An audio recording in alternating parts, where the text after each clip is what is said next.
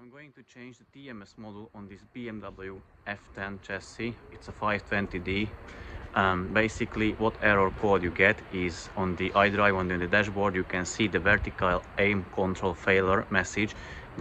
Usually that means that the TMS module is faulty. This is removed from the car, and as you can see, there was white dots there.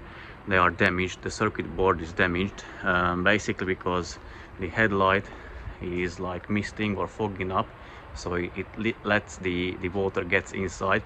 So I'm going to change the TMS module for now, but it definitely will need that one to be resealed to not to let the water get inside. So let me show you how you can remove it, and the easy way, because there is a hard way as well, and then you can do this job on your own at home and save some money for yourself. Well, as you can see, the car is lifted one side and the wheel is removed. Basically, you don't need to remove it, but it's just 5 volts and makes your life a lot more easier, so remove it if you can. And then here is it, where it is located. So it is located down there, so I need to undo this plastic tab, which goes like this, obviously. Yeah, this, you can see the holes. It is held by 2 Phillips head bolts, and then the TMS module is held by 2 T20 bolts, because you get access to one bolt.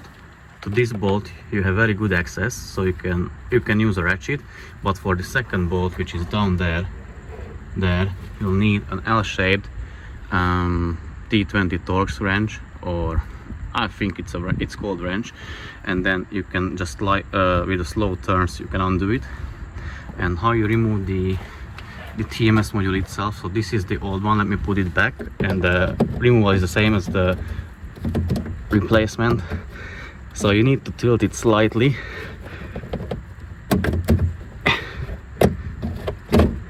Yeah, so this is on now. And how you remove it, you pull it 2 sides and then you tilt it towards to the inside of the engine, because it is like big, and now you can remove it, and you can put back the new one exactly the same way as you remove the old one. Tighten back the 2 bolts, put back the flap, put back the wheel, and check for codes, and then you are good to go. Okay, I replaced the module. I just put back and checked if the fault code disappeared, and it did.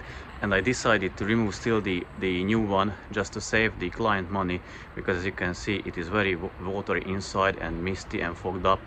So it has to be removed, the headlight, resealed it, cleaned it, dried it, and then put back together, and then the TMS module can be fitted, so that she doesn't waste any more money.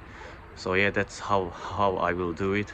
And yeah, but this is how you replace your TMS module if you face the same issue.